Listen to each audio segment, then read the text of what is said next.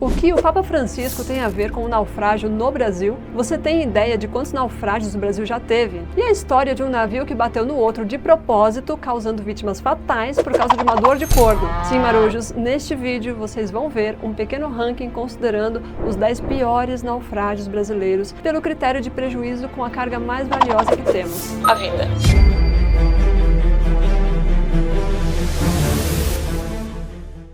Em seus quase 7.500 quilômetros de extensão de litoral, as águas brasileiras, mesmo sendo banhadas por um mar relativamente tranquilo para os padrões da navegação mundial, já foram palco de muitos naufrágios ao longo de sua história e agora você vai conhecer alguns deles. Em 10º lugar, temos uma história que seria cômica se não fosse trágica: os navios Bahia e Pirapama. Este é o maior desastre da história da navegação brasileira de cabotagem, que é aquela que acontece entre portos do mesmo país, diferentemente da navegação de longo curso que acontece entre portos de países diferentes. O acidente ocorreu na noite de 24 de março de 1887, quando os navios a vapor Pirapama e Bahia, que navegavam em sentidos opostos, colidiram de frente no mar entre Recife e João Pessoa. O inquérito que investigou o caso concluiu que o acidente ocorreu porque os dois navios só desviaram quando já estavam muito próximos um do outro e, quando eles perceberam, resolveram agir. Ainda assim, eles conseguiram desviar para o mesmo lado, eles cometeram essa proeza. A investigação acredita que pode ter sido por desatenção dos dois timoneiros ou porque talvez ambos estivessem cochilando na hora do acidente. Dizem que durante a investigação, os dois comandantes trocaram tantas acusações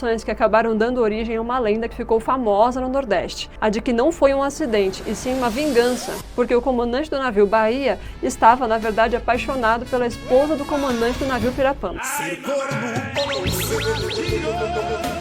Outros dizem que isso foi pura invenção, porque só uma dupla negligência seria capaz de explicar tamanha e absurda colisão. E agora vem o saldo triste dessa história. O navio Pirapama levava pouco mais de 100 pessoas e escapou ileso do acidente. Já o Bahia, que transportava o dobro de passageiros, não teve a mesma sorte e afundou em questão de minutos, gerando 52 vítimas fatais. Na noite do último dia do ano de 1988, o Beton-Mouchet 4, um antigo pesqueiro transformado em barco de recreio que fazia passeios regulares nas águas do Rio de Janeiro, partiu para aquela que seria sua última viagem, e para boa parte de seus passageiros, infelizmente, também. Esse navio foi vítima de 4 fatores cruciais que o levaram para o fundo do mar. Primeiro, uma reforma irresponsável que resolveram implantar um segundo deck de concreto na parte mais alta do casco. Segundo, overbooking. A ganância fez com que a empresa vendesse mais ingressos do que a embarcação comportava e isso resultou em superlotação de pessoas, afinal ninguém queria perder os fogos de artifício na virada do ano a bordo, né? Em terceiro, o descaso das autoridades com a fiscalização e, por fim, o mau tempo naquela noite, que foi o ingrediente que faltava para o desastre. Resultado, o barco capotou ao ser atingido por uma sequência de ondas na saída da Baía de Guanabara, lançando parte dos seus ocupantes ao mar e trancando outros dentro do casco enquanto afundava. Imagina o desespero. Infelizmente, a alegria da contagem regressiva dos fogos foi logo esquecida pela contagem dos corpos naquela triste festa de Réveillon. O saldo foi de 55 mortos entre as 147 pessoas que estavam no barco. Mesmo assim, pasme, ninguém foi punido como deveria, e essa tragédia anunciada revelou também o naufrágio da justiça brasileira neste caso. Na noite de 19 de julho de 1944, o Vital de Oliveira, um navio da Marinha do Brasil, foi afundado pelo submarino alemão U-816 no litoral entre o Espírito Santo e o Rio de Janeiro, gerando a morte de um número incerto entre 99 e 151 dos seus 270 passageiros e tripulantes. Apesar das dimensões da tragédia, ninguém ficou muito chocado, porque em tempos de guerra tragédias assim já eram esperadas. O que chocou mesmo foi a atitude do comandante do barco, que deveria dar apoio ao Vital de Oliveira, que é o barco Javari, também da Marinha do Brasil, que além de não impedir o ataque, ainda seguiu em frente, deixando os sobreviventes sem nenhum socorro no mar. E esse inexplicável comportamento nunca teve uma explicação convincente. Logo depois do ocorrido, os oficiais do Javari foram transferidos para outras áreas da divisão e o caso caiu em um cômodo esquecimento. Simplesmente ninguém foi punido no único naufrágio de um navio da Marinha do Brasil durante aquele conflito. Até agosto de 1942, a Segunda Guerra Mundial, que estava em andamento na Europa, parecia tão distante do Brasil quanto a Lua. Mas a chegada ao mar brasileiro do submarino alemão U-507 mudou completamente essa história. Em apenas 4 dias, entre 15 e e 19 de agosto daquele ano, nada menos do que 5 navios brasileiros foram afundados no litoral do Nordeste por aquele infame submarino alemão, deixando um rastro de 607 mortes, aproximadamente 270 delas só na primeira vítima, que foi o navio a vapor Baipende, que infelizmente inaugurou essa tragédia. Assim, seguiram-se os afundamentos dos navios Araraquara, Aníbal Benóvalo, Itagiba e Aragipe, além de uma simples escuna, a Jacira. No total, foram 6 naufrágios em apenas 4 dias. Muito triste, né? Perplexos diante daquele fato inédito, os brasileiros foram às ruas e pressionaram o governo Getúlio Vargas para que saísse da neutralidade e aderisse à guerra como aliado dos Estados Unidos, o que aconteceu logo em seguida. Mas antes disso, o algoz dos navios brasileiros foi caçado por aviões americanos e afundado em algum ponto do litoral do Rio Grande do Norte, quando se preparava para deixar o mar brasileiro, satisfeito com seu feito, o que ficou conhecido como Agosto Negro. Em 6 de janeiro de 1981, o barco Novo Amapá, abarrotado com 1 tonelada de carga e nada menos do que 4 vezes mais passageiros do que comportava, ele partiu do porto de Santana, no Amapá, com destino a outras cidades do estado, mas infelizmente nunca chegou ao seu destino. Pesado e superlotado, ele tombou e afundou no início daquela noite no Rio Amazonas, gerando a maior tragédia da navegação amazônica até hoje. Nunca se soube o número exato de vítimas do naufrágio, já que o número de pessoas que havia a bordo também jamais foi conhecido. Estima-se que eram cerca de 600 pessoas, embora o barco só tivesse capacidade para 150, e que aproximadamente 300 delas tenham morrido no acidente. Inclusive, um dos donos do barco, embora o seu sócio tenha sobrevivido e mais tarde resgatado a embarcação que voltou a navegar, o mesmo que aconteceu com outro barco do gênero, o Sobral Santos II, apenas 8 meses depois na mesma região. Nós vamos falar dele aqui, viu? Alguns corpos das vítimas do Novo Amapá conseguiram ser enterrados, mas muitos tiveram que ficar numa vala comum no cemitério do município de Santana, e alguns outros foram levados pelo rio. E até hoje, mais de 40 anos depois, os familiares das vítimas ainda esperam por indenizações. O 5º lugar do nosso ranking é do navio Capunda, um desastre que poucos ficaram sabendo. Na madrugada de 20 de janeiro de 1887, 2 grandes barcos ingleses, o cargueiro Adam Elmore e o Capunda, colidiram no litoral sul de Alagoas, e disso resultou uma das maiores tragédias ocorridas do mar no Brasil.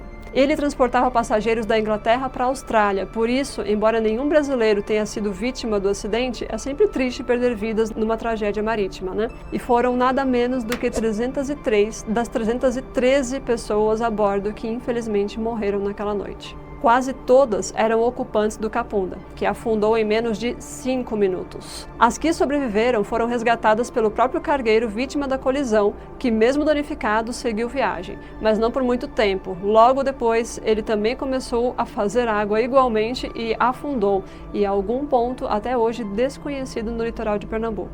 Seus ocupantes, no entanto, tiveram melhor sorte e foram resgatados e levados para o Rio de Janeiro, quando só então os brasileiros ficaram sabendo sobre uma das maiores tragédias já ocorridas nas águas do nosso país, envolvendo 2 barcos estrangeiros. Dias depois do final da Segunda Guerra Mundial, na manhã de 4 de julho de 1945, o cruzador Bahia da Marinha do Brasil estava parado a cerca de 800 quilômetros da costa do Rio Grande do Norte, prestando auxílio via rádio aos aviões americanos que retornavam do conflito, quando seu comandante teve a brilhante ideia de promover um exercício de tiro para distrair os 372 oficiais e marinheiros que havia a bordo. Você já sabe no que deu, né? Além de 4 operadores americanos de rádio. Porém, logo no primeiro disparo, a popa do navio voou pelos ares, gerando a morte de aproximadamente 336 ocupantes do navio Bahia, que afundou em menos de 4 minutos.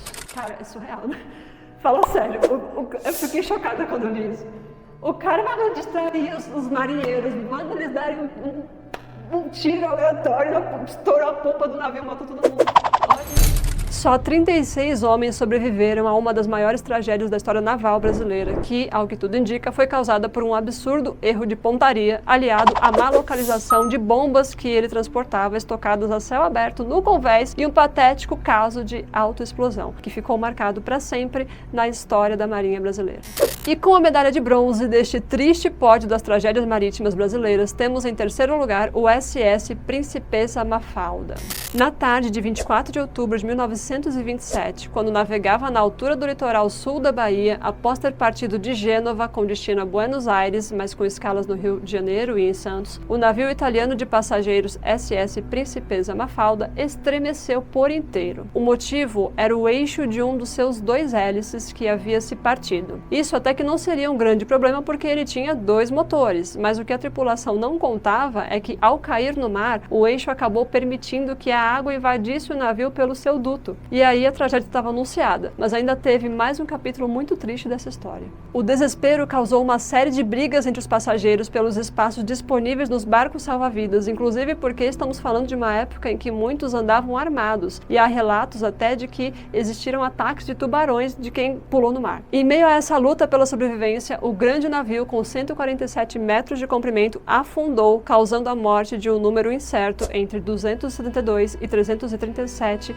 das 1.255 pessoas que estavam a bordo, e devido às similaridades dessa história com a de outro naufrágio famoso, essa tragédia foi apelidada de o Titanic italiano, já que quase todos os passageiros eram de famílias italianas que imigravam para a Argentina. Agora, por que eu disse quase todos? Uma dessas famílias escapou por pouco da tragédia. A família Bergoglio iria embarcar no SS Principesa Mafalda, mas na última hora decidiu adiar a viagem para ter tempo de vender mais alguns sacos de café e juntar mais dinheiro para conseguir garantir uma vida nova na Argentina. Sabe quem são essa família Bergoglio? Nada menos do que os avós, os tios e os pais do atual Papa Francisco, que ainda não havia nascido, e ele diria mais tarde que essa foi uma obra divina ter escapado da tragédia. E com a triste medalha de prata que ninguém gostaria de ganhar, em segundo lugar temos o Sobral Santos II e sua também vergonhosa história de impunidade. Na madrugada de 19 de setembro de 1981, o Sobral Santos II, uma típica gaiola amazônica, que é um tipo de barco que transporta carga e pessoas, ele atracou no porto de Óbidos, no Pará, às margens do rio Amazonas, para mais uma escala na viagem que vinha fazendo de Belém até Manaus. Ele estava abarrotado de carga, muito mal distribuída, e isso fez com que ele perdesse estabilidade. Assim, ao receber mais mercadorias, ele tombou junto ao porto, levando para o fundo do rio cerca de 340 passageiros. Esse é um número aproximado, já que não tinha o controle muito correto do número de passageiros a bordo. O navio saiu com sobrecarga de Santarém, com cerca de 530 passageiros e 200 toneladas de carga. No registro de tripulação constavam apenas 430 nomes, porém testemunhas afirmam que outros 100 tripulantes embarcaram de 2 outros barcos que estavam em pane, o Miranda Dias e o Emerson. Ainda segundo relatos, o capitão estaria ciente da sobrecarga, mas interessado na quantia que ganharia pela mercadoria levada. Novamente, um relato de como a ganância e a negligência podem ser fatais. E, em primeiro lugar, temos o navio que ficou conhecido como o Titanic brasileiro, mas o seu nome correto era o Príncipe de Astúrias. Na madrugada de 5 de março de 1916, um domingo de carnaval, o Brasil viveu a pior tragédia marítima de sua história, o naufrágio do transatlântico espanhol Príncipe de Astúrias, em uma das pontas de Ilhabela, no litoral de São Paulo. O navio vinha da Espanha, com destino a Santos e depois Buenos Aires, com um número impreciso de pessoas a bordo. Oficialmente eram 654, sendo mais de 500 delas passageiros. Mas, como era hábito na época, possivelmente havia clandestinos a bordo, o que aumentaria ainda mais as dimensões do desastre. Só 143 pessoas sobreviveram, o que pelos cálculos oficiais daria mais ou menos 511 mortos. Mas talvez tenha sido até mais, né? Porque com os clandestinos não tem uma contagem correta do número de pessoas a bordo. E uma curiosidade extra para você. Você sabia que o Titanic original, devido ao seu impacto em tantas vidas, deu origem em 1914 à primeira Convenção para a Salvaguarda da Vida Humana no Mar? A sigla em inglês é SOLAS, Safety of Life at Sea. Ela é considerada como a mais importante de todos os tratados internacionais relativos à segurança de navios mercantes, conforme a Organização Marítima Internacional, a IMO. E ela foi criada visando corrigir algumas das deficiências de segurança e regulamentação vistas no desastre do Titanic, para que nunca mais se repetisse essa tragédia. E é por isso que hoje reclamamos da burocracia, de tantos documentos e autorizações que parecem atrasar o nosso embarque, mas saiba, Marujo, que eles são essenciais para garantir a nossa segurança a bordo, viu? No Brasil, além dos órgãos que cuidam da segurança dos passageiros, também temos uma rígida fiscalização das cargas, e por isso todos os terminais precisam prestar contas de tudo que entra, tudo que sai, tudo que se movimenta em seus recintos. E para dar conta de administrar tantos dados, hoje os terminais brasileiros podem contar com o nosso amigo Data Recintos, que é desenvolvido especialmente para essa prestação de contas em tempo real para a Receita Federal, evitando assim que o seu terminal seja desalfandegado. Além disso, mais de 85% dos contêineres movimentados já contam com a tecnologia da T2S como aliada na gestão de seus terminais, já que eles são expert em desenvolvimento de softwares como o TOS para terminais portuários. E nada disso se sustenta sem uma análise de dados eficiente que pode ser feita com a ajuda da Logcomex, que é fera em Big Data e inteligência de mercado, inclusive com soluções de inteligência artificial, viu? Pérola e Marujo. Beijos, até o próximo vídeo.